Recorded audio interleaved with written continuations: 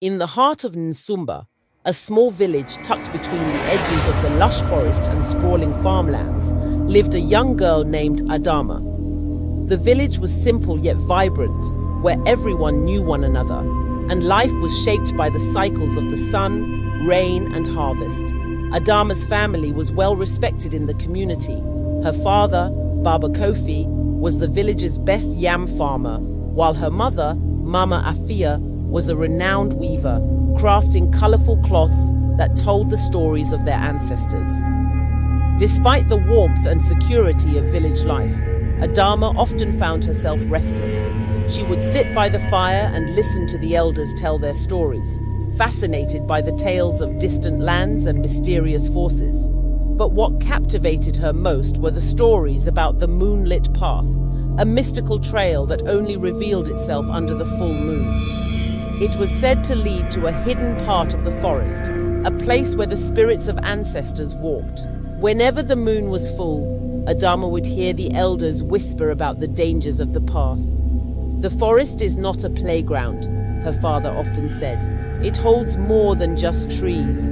It holds the spirits of those who came before us. Only the wise and the brave walk its path, and even they know when to turn back." Despite the warnings, Adama was curious. She had always been an inquisitive child, always asking questions that no one could fully answer. The idea of a path that appeared only under the full moon, a path tied to ancient stories, was too much to resist. One evening, as dusk settled over the village and the air became cool, Adama couldn't help but notice the brilliant, full moon rising in the sky. It was larger and brighter than she had ever seen before, casting its silver light over the land like a beacon. As the shadows of the village stretched across the earth, she felt an overwhelming pull to the forest, to the moonlit path her elders had warned her about. She glanced around. Her parents were busy in the hut preparing the evening meal, and her younger brother, Kofi Jr., was playing near the fire. No one was paying attention to her. Quietly, she slipped away from the village, her heart racing with excitement and fear. The full moon seemed to guide her steps as she walked toward the forest's edge. As she stepped into the woods, the air grew colder. The familiar sounds of the village faded, replaced by the soft rustling of leaves in the wind. And then she saw it, a faint, shimmering light on the forest floor.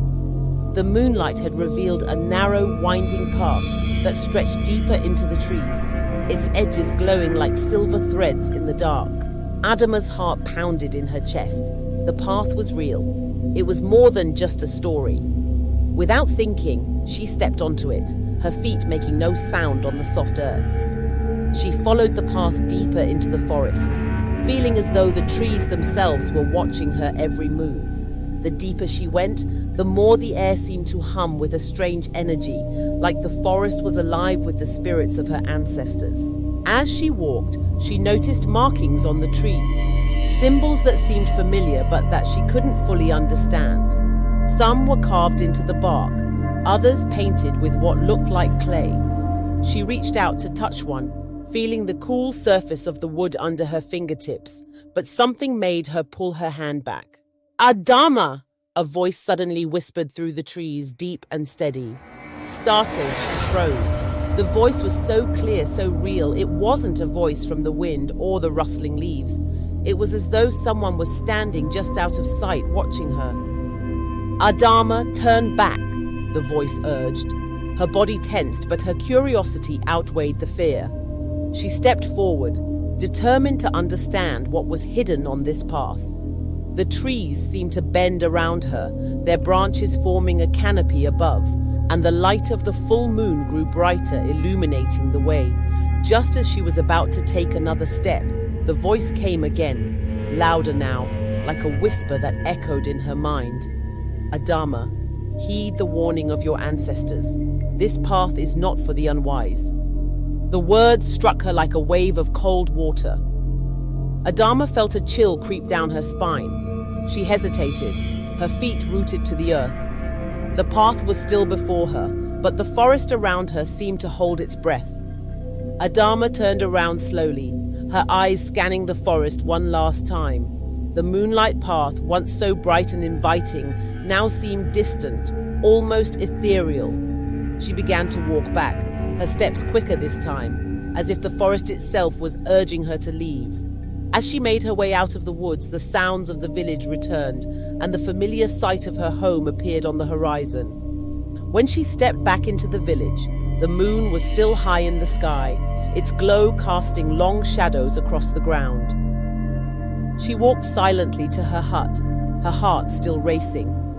She didn't speak of what she had seen, but as she lay down to sleep, the events of the night lingered in her mind. The next morning, Mama Afia noticed the change in her daughter. There was something more mature in her eyes, a quiet understanding that hadn't been there before. "Adama, my child," Mama Afia said gently as they sat together weaving cloth. "I saw you leave last night. Did you go to the forest?" Adama nodded, her eyes meeting her mother's with a newfound wisdom. "I saw the path, Mama. I walked it." Mama Afia smiled, her eyes soft with knowing. "And did you listen to the spirits, Adama? Did you heed their warning?" Adama looked at the woven cloth in her lap, her fingers tracing the patterns. "I did, Mama. I turned back." And from that day on, Adama understood the true meaning of respect for the forest, for her ancestors, and for the wisdom of those who had walked before her.